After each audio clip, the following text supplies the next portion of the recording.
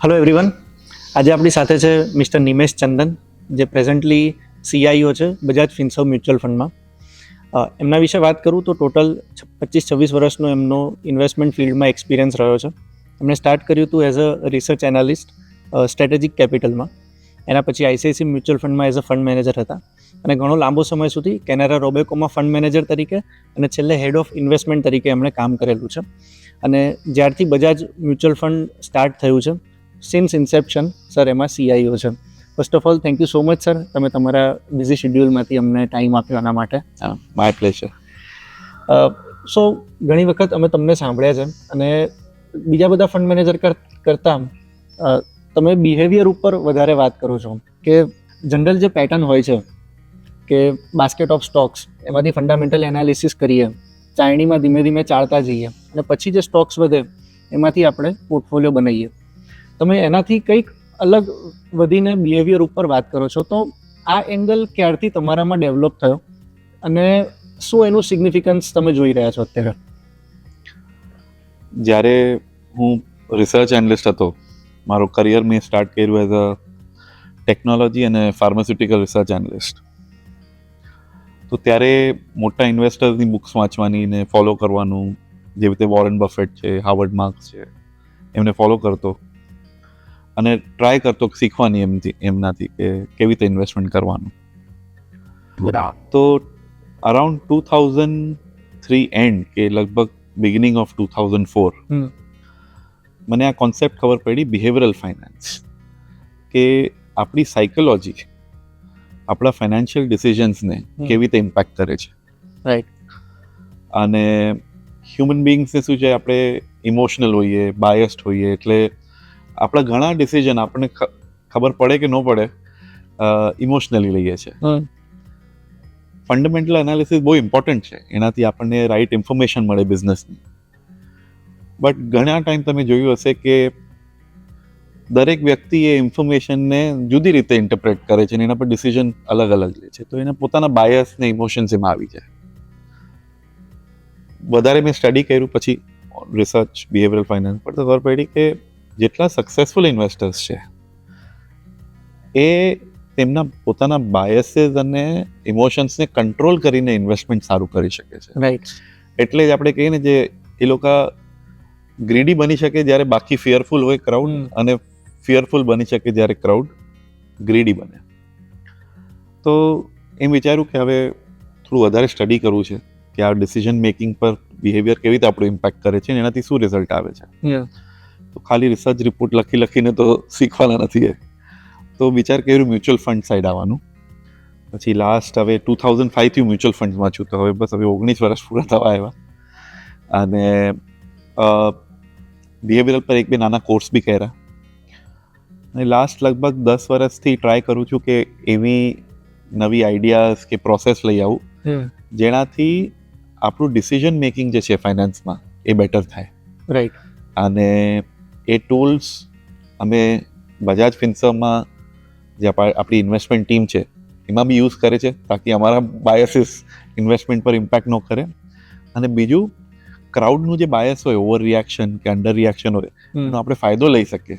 Right. એવા processes નાખ્યા છે. રાઈટ. વન્ડરફુલ. સો જ્યારે પણ કોઈ નવું ઓર્ગેનાઇઝેશન સ્ટાર્ટ થતું હોય તો ફ્રોમ ડે વન એક ફિલોસોફી બનાવવી જરૂરી હોય છે, એના રૂટ સ્ટ્રોંગ કરવા જરૂરી હોય છે, એક ફ્રેમવર્ક બનાવવું ઇમ્પોર્ટન્ટ હોય છે. તો સિમિલર બજાજ મ્યુચ્યુઅલ ફંડની અંદર પણ તમે કરેલું છે કે ટ્રેન્ડ્સ નામ આપેલું છે. સો વોટ ઇઝ ઇટ, એને થોડું એને ડિસ્ક્રાઇબ કરશો?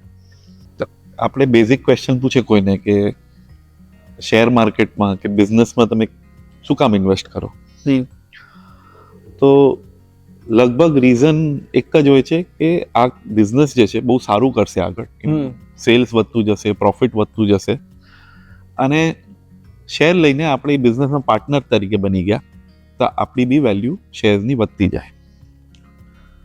પહેલાં ઇઝી હતું થોડું કે આપણે સારા શેર લઈને બાસ્કેટ બનાવીને પછી ભૂલી જઈએ. પણ તમે જોયું હશે લાસ્ટ 10-15 વર્ષમાં એવરી યર, એવરી 2 years એવી કોઈ મોટી ચેન્જ આવે, ટેકનોલોજી ચેન્જ કે રેગ્યુલેટરી ચેન્જ કે કન્ઝ્યુમરના બિહેવિયરમાં ચેન્જ આવે, તો આપણો જે બિઝનેસ આપણે જે ઇન્વેસ્ટ કરી રાખ્યું છે, આપણે લોંગ ટર્મ માટે ઇન્વેસ્ટ કરવું છે, પણ ખબર કઈ રીતે પડે કે આ એ ટ્રેન્ડની રાઈટ સાઈડ પર છે કે રોંગ સાઈડ પર છે? જ્યારે આઈફોન ઇન્ટ્રોડ્યુસ થયું ત્યારે નોકિયાનું ત્યારે તે ટાઈમે માર્કેટ શેર 33% હતું ટોટલ ટેલિકોમ માર્કેટમાં. પછી આઈફોને આખી ગેમ ચેન્જ કરી નાખી. એટલે ટેકનોલોજી ચેન્જ થઈ કે પછી ઘણા પ્લેયર જે નેગેટિવ સાઈડ પર હતા એના એ ઓલમોસ્ટ બંધ થઈ ગયા. નોકિયા લગભગ પછી 8-10 વર્ષમાં બંધ થઈ ગયું. તો કેવી રીતે આપણે લોંગ ટર્મ ઇન્વેસ્ટિંગ કરે બટ આ બધા ટ્રેન્ડ્સનો આપણે ફાયદો લઈ શકીએ એવું. તો આપણે જે પહેલું ફંડ લોન્ચ કર્યું બજાજ ફિન્સર્વ ફ્લેક્સી કેપ ફંડ, આપણો પહેલો એક્વિટી ફંડ હતો એ. તો આપણે વિચાર્યું કે આપણને ઇન્વેસ્ટરને એ લોંગ ટર્મનો ફાયદો આપવો છે. તો પહેલા જે મેગા ટ્રેન્ડ છે એ આઈડેન્ટિફાય કરો. ટ્રેન્ડ એટલે એક આઈડિયા જે ફેલાતી જાય કે સ્પ્રેડ થતી જાય. મેગા ટ્રેન્ડ એવા ચેન્જીસ હોય છે જે લોંગ ટર્મ ચેન્જીસ હોય, જે ઇકોનોમીઝ બિઝનેસીસને બહુ સિગ્નિફિકન્ટલી ઇમ્પેક્ટ કરે. તો પહેલા આપણે એ ટ્રેન્ડ્સ આઈડેન્ટિફાય કરે અને પછી આપણે દરેક સેક્ટરમાં જોઈએ કે કઈ કંપનીઝ આ ટ્રેન્ડના રાઈટ સાઈડ પર છે, એમનો ફાયદો લઈ શકે છે, અને કઈ કંપનીઝને એ ટ્રેન્ડથી નુકસાન થાય છે.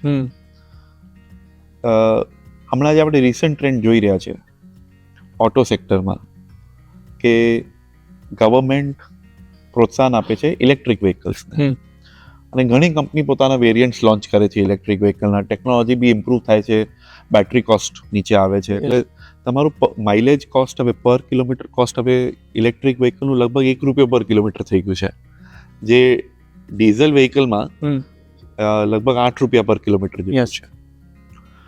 તો હવે આ જે ચેન્જ આવે છે એનાથી કઈ કંપનીઝને ફાયદો થશે, કઈ કંપનીઝને નુકસાન થશે, એ આપણે જોઈએ. તો એને મેગા ટ્રેન્ડ્સ ઇન્વેસ્ટિંગ કહેવાય. તો આપણે લગભગ 6 એવા મોટા પોકેટ્સ જોયા છે, 6 એવા સોર્સ જોયા છે જેનાથી ટ્રેન્ડ ચેન્જ થાય છે. Technology changes, regulatory changes, economic changes, demographic changes, nature or sustainability changes અને સોશિયલ બિહેવિયર ચેન્જ. એ આ જે 6 છે ને સોર્સિસ છે, એનાથી જે ટ્રેન્ડ્સ મેગા ટ્રેન્ડ્સ આપણે આઈડેન્ટિફાય કરે, એ આપણે એક આખું લિસ્ટ બનાવે એનું, અને પછી એક કંપની સાથે કમ્પેર કરે. તો હવે જે તમે કંપની સિલેક્ટ કરશો એ એવી કંપનીઝ હશે જે ટ્રેન્ડથી બેનિફિટ કરે છે. પછી હા, તમે એ કંપનીના ફાઇનાન્શિયલ્સ જોઈને ને એમના કેશ ફ્લોઝ જોઈ કરી એમને રાઈટ વેલ્યુએશન આપીને પછી લો, બટ લોંગ ટર્મ માટે એ કંપની તૈયાર છે તમારા માટે. Right. So my third question is, always જ્યારે બુલ માર્કેટ ચાલતું હોય ત્યારે દરેક પ્રકારની કંપનીઝ સુપર ડુપર રન કરતી હોય છે, અને ત્યારે ઓલવેઝ મોમેન્ટમ નામનો શબ્દ છેલ્લા ઇન્વેસ્ટર સુધી પણ પહોંચી જતો હોય છે. તો how is it different from fundamental investing, અને તમે મોમેન્ટમનો કેટલો રોલ આખી સાયકલમાં માનો છો? મોમેન્ટમ એ જે સેન્ટિમેન્ટ સાયકલ છે એનો એક ઇમ્પોર્ટન્ટ પાર્ટ છે. સેન્ટિમેન્ટ સાયકલના 2 પાર્ટ હોય છે. એક રિવર્સલ, એટલે કોઈ ટ્રેન્ડ બોટમ આઉટ થતું હોય કે પછી ટોપ આઉટ થતું હોય, એ રિવર્સલ. અને જે ડાયરેક્શનલ મૂવ આવે, એક તરફો મૂવ ઉપર કે નીચે, એ આપણે મોમેન્ટમ કહીએ. એટલે પોઝિટિવ મોમેન્ટમ ને નેગેટિવ મોમેન્ટમ.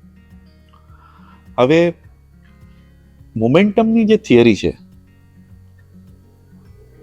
મોમેન્ટમ ઇન્વેસ્ટિંગ કેવી રીતે કામ કરે છે અને એનો ફાયદો કેવી રીતે લેવાનો, એ ખાલી તમને બિહેવિયરલ ફાઇનાન્સની સ્ટડીઝમાં મળશે, એકેડેમિક સ્ટડીઝમાં, ફાઇનાન્સની સ્ટડીઝમાં નહીં મળે. મોમેન્ટમ એ છે કે કોઈ આઈડિયા કે કોઈ નવું ડેટા પોઈન્ટ આવ્યું, એમાં ક્રાઉડે જસ્ટ આમ બાય કરવાનું શરૂ કર્યું, પછી ધીરે ધીરે વધારે લોકો, વધારે ઇન્વેસ્ટર્સ એ સ્ટોકને બાય કરે છે, કે આઈડિયાને અગ્રી કરે છે, અને પછી મોટા એલોકેશન નાખે છે એના પર, તો એક ટ્રેન્ડ બને તમારો. તો 2-3 થિયરીઝ છે in behavioural finance. Actually completely 3 studies છે ઇમ્પોર્ટન્ટ બિહેવિયરલ ફાઇનાન્સની, જે બતાડે કે મોમેન્ટમ નવા ડેટા પોઈન્ટ પર અંડર રિએક્શનથી કરીને ઓવર રિએક્શન સુધી ચાલે. રાઈટ. ટિપિકલી જે ટેસ્ટ લોકોએ કર્યા છે મોમેન્ટમ પર, સ્ટડીઝ એમ કહે છે મોમેન્ટમ એટલે કે શોર્ટ ટર્મ વિનર વિનર રહેશે, શોર્ટ ટર્મ લૂઝર લૂઝર રહેશે. અને ટિપિકલી આ ફિનોમિના 3 મહિનાથી કરીને લગભગ 2 વર્ષ સુધી ઇમ્પેક્ટ રહે એનું. એના પછી રિવર્સલના સાઇન્સ ચાલુ થઈ જાય. તો હવે આપણે કોઈ કંપની ગમતી હોય અને આપણે ફંડામેન્ટલ એનાલિસિસ કરીને આપણે લીધું, આઈ મીન સ્ટોકની વેલ્યુએશન કરી આપણે, પણ હવે આપણને ખબર કઈ રીતે પડે કે ક્રાઉડે ઓલરેડી એનાલિસિસ કરીને સ્ટોક લઈ લીધો છે કે નથી લીધો? એક તો વેલ્યુએશન આપણે કમ્પેર કરવું જોઈએ, આપણું વેલ્યુએશન ને બજારનું શું વેલ્યુએશન. સેકન્ડ આપણે એ કમ્પેર કરવાનું કે એ કંપનીમાં મોમેન્ટમ ક્યારે સ્ટાર્ટ થયું છે, કેટલા ટાઈમથી છે અને એન્ડ પર આવી ગયો છે કે. મારા માટે તો આ સ્ટોક નવું છે, પણ માર્કેટ માટે આ નવી આઈડિયા છે કે આ ઘણી જૂની આઈડિયા થઈ ગઈ છે. તો મોમેન્ટમ આપણે રિસર્ચમાં ક્રાઉડ સાયકોલોજી સમજવા માટે ઘણું યુઝ કરે છે. તો અમારા બી જે સ્ક્રીનર્સ છે, અમે મોમેન્ટમ સ્ક્રીનર્સ રન કરે. મોમેન્ટમ જે ઇન્વેસ્ટર્સ છે, ટ્રેડર્સ છે આપણે કહીએ, જે મોમેન્ટમ જોઈને ટ્રેડ કરતા હોય, એ લોકો કદાચ એટલે પાર્ટિસિપેટ કરવા માંગે છે કેમ કે સ્ટોક ચાલે છે, વોલ્યુમ સાથે બ્રેકઆઉટ આવ્યું છે એટલે આપણે પાર્ટિસિપેટ કરે છે. મને નથી લાગતું કે એના પાછળનું જે બિહેવિયરલ સાયન્સ છે એ સ્ટડી કરે છે. આપણે મોમેન્ટમને એને કમ્પ્લીટ એનું શું કે બેકગ્રાઉન્ડ સમજીને એવા ટૂલ્સ આપણે બનાવે છે જેને આપણે એનો બેસ્ટ ફાયદો ઉપાડી શકીએ. રાઈટ. મારે સર એક વાત કરવી છે રિગાર્ડિંગ બેલેન્સ એડવાન્ટેજ કેટેગરીના જે ફંડ હોય છે. તો દરેક મ્યુચ્યુઅલ ફંડ કંપની પાસે પોતાનું એક યુનિક બનાવેલું મોડલ હોય છે. બટ જેટલો અમારો સ્ટડી છે, મોટા ભાગે એ price to earning, price to book, એ 2-3 પેરામીટરની આજુબાજુ જ ક્યાંક વેટેજમાં રન થતા હોય છે. You have developed a very different kind of model કે જેમાં બીજા બધા પેરામીટર્સ પણ એને તમે કન્સિડરેશનમાં લો છો. રાઈટ. સો એના વિશે થોડીક માહિતી આપો. જ્યારે આપણે બજાજ ફિન્સર્વ એસેટ મેનેજમેન્ટમાં આપણે બેલેન્સ એડવાન્ટેજ ફંડ વિચારતા હતા લોન્ચ કરવાનું, તો આપણે બીજા બધા મોડલ્સ બી સ્ટડી કર્યા કે કયું સારું મોડલ છે જેના પર આપણે લોન્ચ કરી શકાય. Price to earning, price to book, price to cash flow, market cap to GDP, બધું આપણે બધા રેશિયોઝ ચેક કર્યા. બધા રેશિયોઝ એવા છે જે એમ કાંઈ ને કાંઈ પોઝિટિવ છે એ રેશિયોમાં અને યુઝફુલ બી છે, બટ સાથે સાથે થોડા નેગેટિવ્સ બી આવી જાય. Price to earning ratio earnings પર ચાલે, એટલે જે કંપનીની પ્રોફિટેબિલિટી પર ચાલે, બટ એ ઘણા એવા એસ્પેક્ટ બિઝનેસના ઇગ્નોર કરે છે. પ્રાઇસ ટુ અર્નિંગ રેશિયો સસ્તું એટલે સારું ને મોંઘું એટલે ખરાબ ડાયરેક્ટલી એમ ન કહી શકાય. તમે કયા બિઝનેસને ઇવેલ્યુએટ કરો છો એના પર છે. ઘણા બિઝનેસ એવા હોય કેશ ફ્લો એટલું સરસ હોય છે, લોંગ ટર્મ ગ્રોથ સારું છે કંપનીનું, તો એ typically price to earning ratio પર હાયર બેન્ડ પર હોય છે. એવું નથી કે ક્યારે નીચે નથી આવતા, પણ એ હાયર બેન્ડમાં રહે. ઘણા સેક્ટર સ્ટોક્સ એવા છે જે બિઝનેસીસ એવા કે બહુ ડીપ સિક્લિકલ છે, એટલે તમે લાંબુ નથી જોઈ શકતા. રાઈટ. એટલે માર્કેટ જેટલું જોઈ શકતા હોય એટલું વેલ્યુએશન આપે, એટલે ટિપિકલી એ નાના નીચેના બેન્ડ પર ફરતા હોય. તો આપણે શું કર્યું, price to earning ratio, price to book, cash flow, એ બધાને છે ને મિક્સ કરી આપણે એક ઇન્ટ્રિન્સિક વેલ્યુ બનાવી. જેમ જેમ ઇન્ડેક્સના બિઝનેસ ચેન્જ થતા જાય એ પ્રમાણે ઇન્ડેક્સની ઇન્ટ્રિન્સિક વેલ્યુ બી ચેન્જ કરતા જઈએ આપણે. ઇન્ટરેસ્ટ રેટ્સ બી આપણે જોઈએ છે કે મેક્રો ઇકોનોમી જે ઇન્ટરેસ્ટ રેટ કેટલું ઇમ્પેક્ટ કરે છે કંપનીઝને અને કેશ ફ્લોઝને, તો એ આપણે ઇન્ટ્રિન્સિક વેલ્યુમાં લીધું. તો એક થોડું ડાયનામિક મોડલ બનાવ્યું ઇન ફંડામેન્ટલ એનાલિસિસ ઓલ્સો. બીજું, આપણે એમ નથી કહેતા કે માર્કેટ ઉપર જાય તો વેચતા જાઓ, નીચે જાય તો લેતા જાઓ. હું આને જો એ કરવા બેઠો કે buy when others are selling and sell when others are buying, તો પછી હું એમ કહું છું કે માર્કેટ હંમેશા ખોટું જ હોય છે. બરાબર. આપણે એમ કહીએ કે ક્રાઉડ હંમેશા ખોટું છે એટલે ઊંધું કરવું ક્રાઉડ કરતા. એવું નથી. ક્રાઉડ હંમેશા રોંગ નથી હોતું. રેલીઝ અને ફોલ્સ આવે તો ક્રાઉડ કેન એન્ટિસિપેટ ઘણી બધી ચીજો, બરાબર, પણ ક્રાઉડ ક્યારેક ક્યારે ઓવર રિએક્શન પર જાય તો ટર્નિંગ પોઈન્ટ આપણને પકડવા છે. બરાબર. તો ઇન્સ્ટેડ ઓફ સેઇંગ કે buy when others are selling and sell when others are buying, આપણે શું કહીએ, be greedy when others are fearful and fearful when others are greedy. એટલે ઓવર રિએક્શનનું એલિમેન્ટ ઇમ્પોર્ટન્ટ છે. તો એ પકડવા માટે આપણે એક બિહેવિયરલ ઇન્ડિકેટર બનાવ્યું છે કે ક્યારે માર્કેટ અંડર રિએક્ટ કરે છે ને ક્યારે ઓવર રિએક્ટ કરે છે. રાઈટ. પછી આપણે એક સરસ ફંડામેન્ટલ મોડલ અને બિહેવિયરલ મોડલ એ કમ્બાઈન કરે ઓકે. તો આપણને માર્કેટનું આખું મેપ આવી ગયું અને એ હિસાબે આપણે બેલેન્સ એડવાન્ટેજ ફંડમાં મૂવ કરે. રાઈટ. ઇન્વેસ્ટર કમ્યુનિટીમાં અત્યારે ઘણી બધી સાયકલ્સ એ લોકોએ જોયેલી છે અને ઘણી બધી એસેટ્સ પણ એવી જોઈ રિસન્ટ કે જેમાં બહુ હ્યુજ ગેઇન લોકોને થયો છે, like real estate, like land. ઇન્વેસ્ટર્સને ઘણી જગ્યાએ ફિક્સ ડિપોઝિટ્સ પણ બહુ લ્યુક્રેટિવ લાગતી હોય છે. તો ઇન્વેસ્ટર્સને એવું છે કે હું દરેક જગ્યાએ ઇન્વેસ્ટ કરીને રાખું એટલે મારું રાઇટ ડાયવર્સિફિકેશન થયું. સો from your journey of more than 20 years, how do you see this scenario, and if at all there are any suggestions? મેં મારા કરિયરમાં ઘણી સાયકલ્સ જોઈ છે. અનફોર્ચ્યુનેટલી એવું થાય છે કે જ્યારે બુલ માર્કેટ આવે ત્યારે બધાને ઇક્વિટીમાં ઇન્વેસ્ટ કરવું હોય છે અને મોટા ભાગે એલોકેશન ઇક્વિટીમાં કરે. જ્યારે બેર માર્કેટ આવે ત્યારે લોકો ઇક્વિટી માર્કેટથી ડરી જાય છે અને એલોકેશન ઓછું કરી નાખે છે. રાઈટ. ફાઇનાન્શિયલ ગોલ્સ અને ફાઇનાન્શિયલ સક્સેસ માટે એકચ્યુઅલી તમને ઊંધું કરવું જોઈએ. ઇક્વિટી જેવી રીતે દરેક માર્કેટ, ફિક્સ્ડ ઇન્કમ, ગોલ્ડ, કમોડિટીઝ, બધી માર્કેટ્સ તમને એક ઓપોર્ચ્યુનિટી આપે એક સારા ભાવે ઇન્વેસ્ટ કરવાની, અને એવો ટાઈમ બી આવે જ્યારે થોડા પૈસા કાઢીને બીજા કોઈ એસેટમાં નાખવા જોઈએ.